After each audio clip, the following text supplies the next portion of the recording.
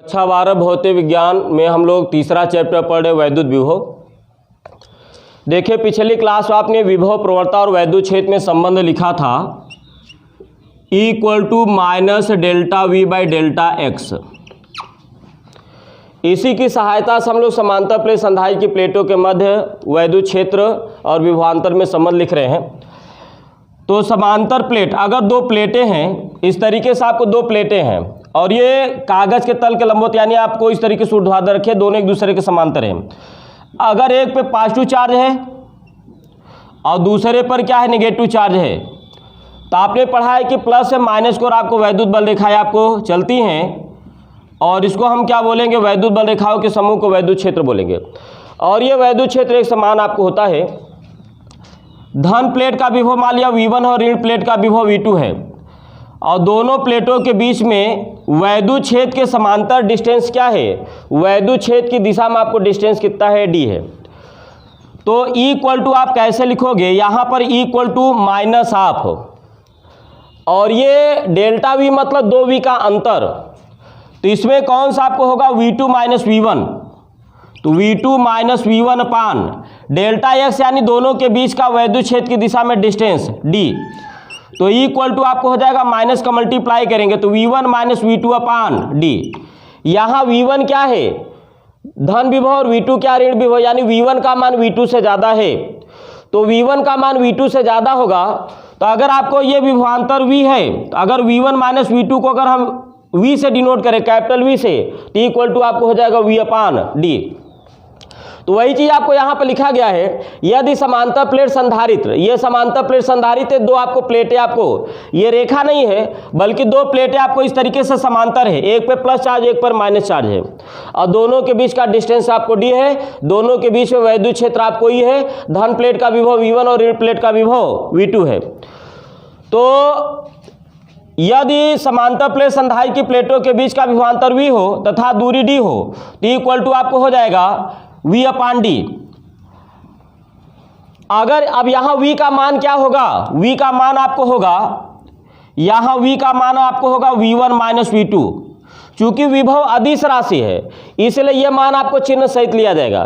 जैसे for example, ये आपको बोर्ड में एक साल प्रश्न पूछा गया था, दो आपको प्लेटें हैं, एक पर धन आवेश है, एक पर ऋण आवेश है, इसका विभव प्लस V है और इसका विभव क्या है, माइनस V है, और दोनों के बीच का डिस्टेंस आपको x है और ये बीच में आपको वैद्युत क्षेत्र, तो बीच में वैद्युत क्षेत्र पूछा गया, तो प्लेटों के बीच में आपको वैद्युत क्षेत्र कितना होगा, तो फार्मूला आप यही अप्लाई करोगे।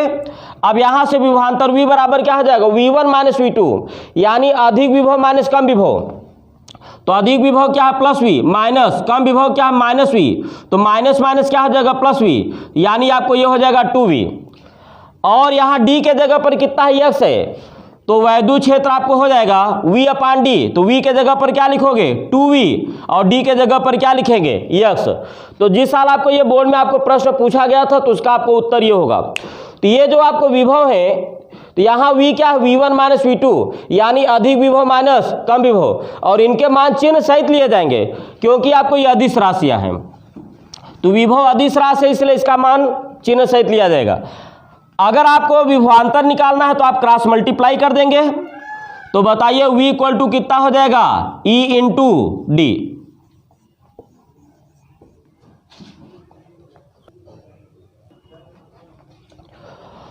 अब इसके बाद अगली हेडिंग आपकी रहेगी, एक समान वैद्युत क्षेत्र में द्विध्रुव को घुमाने में किया गया कार्य। देखिए ये आपको कोई वैद्युत द्विध्रुव है, माना कोई वैद्युत द्विध्रुव जिसका द्विध्रुव आगुण P है, एक समान वैद्युत क्षेत्र में क्षेत्र की दिशा से थीटा अंश के कोण पर स्थित है। आप कैसे जानेंगे एक समान वैद्युत क्षेत्र है, यहाँ पर देखिए आपको ये जो वैद्युत बल रेखाएं दिखाई गई, ये समांतर दिखाई गई, उनके बीच का गैप सब जगह क्या है, सेम है, तो इसको बोलेंगे एक समान वैद्युत क्षेत्र। तो ये जो वैद्युत द्विध्रुव है जिसका द्विध्रुव आगुण P है, एक समान वैद्युत क्षेत्र में क्षेत्र की दिशा से थीटा अंश के कोण पर स्थित है। अब इसमें देखिए कार्य आप कैसे निकालेंगे, तो इसका कॉन्सेप्ट क्या है, W equal to integration of dW। अब इसको कहां से कहां तक घुमाया जा रहा है, θ1 से लेकर के θ2 तक। तो यहां देखिए आपको भाषा में लिखा है θ1 से θ2, अभी हम इस पर आते हैं। तो W इक्वल टू आपको हो जाएगा इंटीग्रेशन ऑफ डी डब्ल्यू। अब W निकालने के लिए डी डब्ल्यू चाहिए, तो डी डब्ल्यू इक्वल टू आपको होगा टाउ इंटू डी थीटा, और डी डब्ल्यू निकालने के लिए टाउ चाहिए, और टाउ इक्वल टू आपको होगा P E sine of theta. अब इसी को क्या करेंगे, उल्टे क्रम में लिख देंगे, ताप का निगमन हो जाएगा। यानी सबसे पहले इसको निकालना है, फिर इसको निकालना है, फिर इसको निकालना है। अब देखिए, अगर कोई भी वैद्युत द्विध्रुव वैद्युत क्षेत्र, अगर कोई भी द्विध्रुव वैद्युत क्षेत्र की दिशा से थीटांश के कोण पर स्थित है, तो उस पर लगने वाले वॉल्यूम का आघूर्ण क्या हो जाएगा, tau equal to P sine theta हो जाएगा। तो भाषा यहाँ पे आपने क्या लिखा, माना कोई वैद्युत द्विध्रुव जिसका द्विध्रुव आघूर्ण P है, एक समान वैद्युत क्षेत्र में क्षेत्र की दिशा से थीटांश के कोण पर स्थित है। तो पहला काम क्या करेंगे, ये टाउ निकालेंगे। तो वही चीज लिखा गया, अतः वैद्युत द्विध्रुव पर आरोपित वॉल्यूम का आघूर्ण। तो बताइए वॉल्यूम का आघूर्ण क्या हो जाएगा, टाउ इक्वल टू हो जाएगा P E sine of theta. अब यहां पर आप ये बताइए, जब हम इस द्विध्रुव को घुमाएंगे तो ये कोण क्या होगा, परिवर्तित होगा। क्योंकि टाउ का मान किस पे डिपेंड कर रहा है, थीटा पर। अगर थीटा बदलेगा तो टाउ भी क्या होगा, बदलेगा। अगर टाउ बदलेगा तो आपको W बराबर फार्मूला होता है यह टाउ इंटू थीटा। हम ये फार्मूला नहीं अप्लाई कर सकते हैं, ये फार्मूला तभी लगेगा जब टाउ का मान नियत होगा। लेकिन यहां पर टाउ का मान किस पे डिपेंड कर रहा है, थीटा पर। क्योंकि थीटा बदल रहा है इसलिए टाउ भी बदलेगा। तो टाउ को नियत करने के लिए हमको यह विस्थापन क्या लेना पड़ेगा, बहुत सूक्ष्म। तो अगर यह विस्थापन बहुत सूक्ष्म होगा तो टाउ इस केस में क्या होगा, नियत होगा। तो मान लिया आपको इसको, अब इसको क्या किया जा रहा है, डी थीटा कोण घुमाया जा रहा है, और ये जो डी थीटा कोण है ये अनंत सूक्ष्म है, यानी आपको ये लगभग 0 को टेंड कर रहा है। तो द्विध्रुव को इस स्थिति से इस स्थिति में लाने में ये मान लिया आपको एंगल कितना है, डी थीटा है, और ये आपको पॉजिटिव चार्ज है, और ये क्या है, निगेटिव चार्ज है, यानी ये द्विध्रुव है। अब द्विध्रुव को हम क्या कर रहे हैं, द्विध्रुव को डी थीटा कोण और घुमा रहे हैं। द्विध्रुव पे बताइए वॉल्यूम का आघूर्ण आपको इधर काम करेगा, इस पर बल इधर काम करेगा, प्लस आवेश पर बल किधर काम करता है, वैद्युत क्षेत्र की दिशा में, और ऋण आवेश पर बल किधर काम करता है, वैद्युत क्षेत्र की दिशा में। तो आपको ये इसको इस दिशा में घुमाने की टेंडेंसी रखेगा। तो हम यहाँ पर क्या करेंगे, इस बल आघूर्ण के विपरीत दिशा में घुमाएंगे। तो इस बल आघूर्ण के विपरीत दिशा में घुमाएंगे तो यहाँ पर किया गया कार्य कितना होगा, तो वैद्युत द्विध्रुव को अनंत सूक्ष्म कोणीय विस्थापन, देखिए अगर आपको कोणीय विस्थापन अगर डी थीटा होगा तो किया गया कार्य D W equal to tau into D theta. देखिए ये आपको कैलकुलस की भाषा है, अगर थीटा 0 को टेंड कर रहा है तो उसको हम डी यहाँ पे डी थीटा से डिनोट करेंगे। तो अगर ये 0 को टेंड कर रहा है तो ये भी क्वांटिटी 0 को टेंड करेगी। तो कार्य अगर 0 को टेंड करे तो इसको हम डी थीटा से डिनोट करेंगे। तो पहला काम क्या किया, tau equal to P sine theta निकाला। दूसरा क्या करेंगे, द्विध्रुव को डी थीटा कोण घुमाने में किया गया कार्य क्या हो जाएगा, D W equal to tau into D theta. तो अगला यहां पर कार्य क्या करें, वैद्युत द्विध्रुव को अनंत सूक्ष्म कोणीय विस्थापन डी थीटा करने में कृत कार्य, तो इसको हम डी डब्ल्यू से डिनोट करेंगे। तो डी डब्ल्यू इक्वल टू कितना हो जाएगा, ये हो जाएगा टाउ इंटू डी थीटा। अब इसके बाद फिर क्या करेंगे, द्विध्रुव को वैद्युत क्षेत्र की दिशा से θ1 से θ2 कोण घुमाने में किया गया कार्य। मान लिया आपको ये द्विध्रुव जो है, मान लिया द्विध्रुव आपको शुरुआत में इस स्थिति में था, तो आपको ये द्विध्रुव के आपको इधर माइनस इधर प्लस है। तो शुरू में मान लिया आपको ये वैद्युत क्षेत्र की दिशा से कितना कोण बना रहा है, θ1। अब इसको फिर से घुमाया गया, तो घुमा करके मान लिया इस पोजीशन में लाया गया, तो द्विध्रुव की डायरेक्शन आपको इस दिशा में होगी, इधर माइनस इधर प्लस। अब वैद्युत क्षेत्र की दिशा से कितना कोण घुमाया गया, θ2।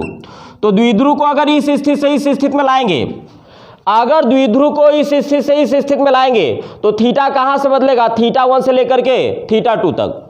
तो वही आपको स्थिति यहां पर लिखा गया है, अतः द्विध्रुव को वैद्युत क्षेत्र की दिशा से θ1 से θ2 कोण घुमाने में किया गया कार्य। अब ये कार्य कैसे निकालेंगे, तो पहला स्टेप हो गया, दूसरा, अब इसके बाद तीसरा आते हैं। ये देखिए पहला लिख लिया, ये दूसरा, अब इसके बाद तीसरा आएंगे। तो तीसरा ये संपूर्ण कार्य कैसे निकालेंगे, इंटीग्रेशन ऑफ डी डब्ल्यू अब ये कहाँ से कहाँ घुमा रहे, θ1 से लेकर θ2 तक, तो लिमिट आप कहाँ से कहाँ तक लगाएंगे, θ1 से लेकर के θ2 तक। तो W इक्वल टू हो जाएगा integration of dW from θ1 to θ2। अब इस dW का मान यहाँ से रखेंगे, तो चलिए W इक्वल टू हो जाएगा टाउ, यहाँ पर dW के जगह पर क्या रखोगे, आप रखेंगे टाउ इंटू डी थीटा, और ये लिमिट आपको हो गई θ1 से θ2, और टाउ की वैल्यू कितनी है, PE साइन थीटा, तो टाउ की वैल्यू आप रखेंगे PE साइन थीटा, तो ये हो गया PE sine of theta d theta, limit θ1 से θ2। इंटीग्रेशन में जो कांस्टेंट होता है यानी जिसका मान नहीं बदलता है वो इंटीग्रेशन के बाहर हो जाएगा। तो P और E क्या है, कांस्टेंट है, इसका मान नहीं बदलेगा, तो ये इंटीग्रेशन के बाहर हो जाएगा। तो ये हो जाएगा PE integration of sine theta d theta from θ1 to θ2। Sine theta का इंटीग्रेशन होता है माइनस कास थीटा, तो इस पूरे साइन थीटा का इंटीग्रेशन होता है माइनस कास थीटा, तो आपको इतने के जगह पे माइनस कास थीटा लिखेंगे, लेकिन अभी लिमिट यूज नहीं किया है, तो इंटीग्रेशन ऑफ साइन थीटा क्या लिखेंगे, माइनस कास थीटा, लेकिन अभी लिमिट यूज नहीं किया है, इसलिए बड़ा ब्रैकेट लगा करके इस तरीके से हम लिमिट को शो करेंगे। ये कैलकुलस की भाषा है।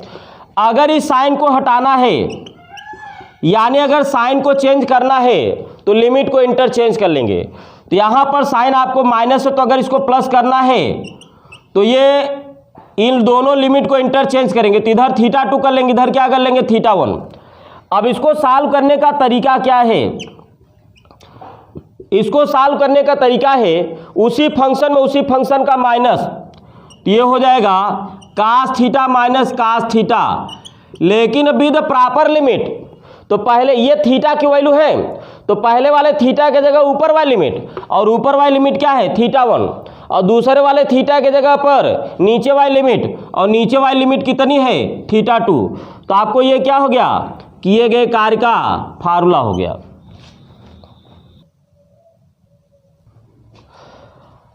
अब इसमें θ1 आपको छोटा कोण होता है, θ2 आपको बड़ा कोण होता है। जैसे अगर आपको ये कहा जाए द्विध्रुव को वैद्युत क्षेत्र की दिशा से 30 अंश से 60 अंश कोण घुमाने में किया गया कार्य, तो छोटा वाला 30 छोटा है 60 बड़ा है, तो θ1 30 हो जाएगा, θ2 60। अब इसी में जो प्रश्न आपको बोर्ड में कभी कभार पूछे जाते वो इस पर नहीं पूछे जाते, जो इसकी स्पेशल केस है उस पर पूछे जाते हैं। तो स्पेशल केस क्या है, अगर द्विध्रुव को वैद्युत क्षेत्र की दिशा से थीटा कोण घुमाए तब कितना कार्य होगा, तो वही है वैद्युत द्विध्रुव को वैद्युत क्षेत्र की दिशा से थीटा कोण घुमाने में किया गया कार्य। अब देखिए इसमें θ1 और θ2 होगा क्या, यानी द्विध्रुव आपको शुरू में किस दिशा में था, द्विध्रुव आपको शुरू में वैद्युत क्षेत्र की दिशा में था, ये माइनस चार्ज और ये प्लस चार्ज और ये वैद्युत, ये आपको द्विध्रुव आघूर्ण की डायरेक्शन है।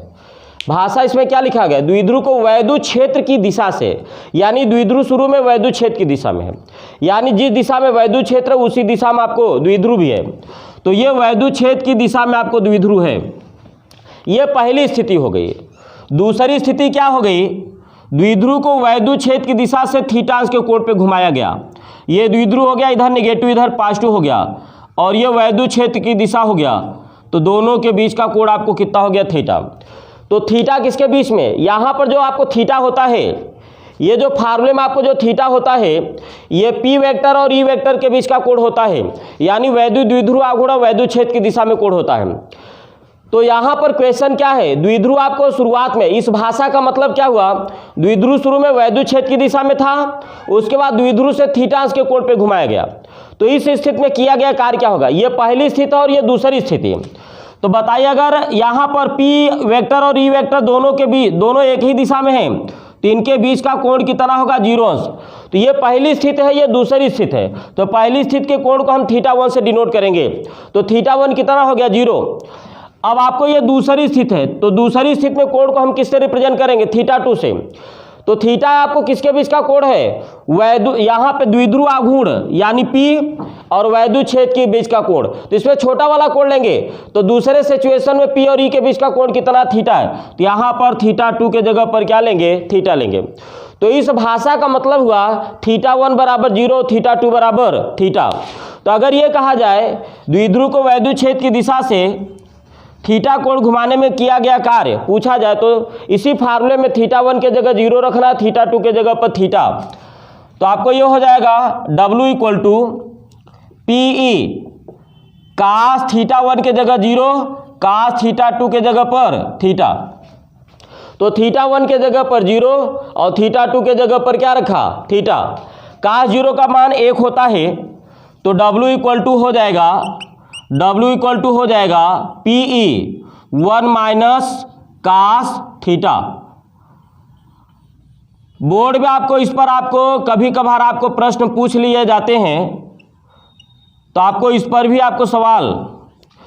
ये फार्मूला कब अप्लाई करना है, देखिए इसमें केवल एक ही कोण का जिक्र है, एक ही कोण का जिक्र है ये फार्मूला, दो कोणों का जिक्र है ये फार्मूला, या आपको ये लैंग्वेज आपको है तो आपको ये फार्मूला अप्लाई करना है।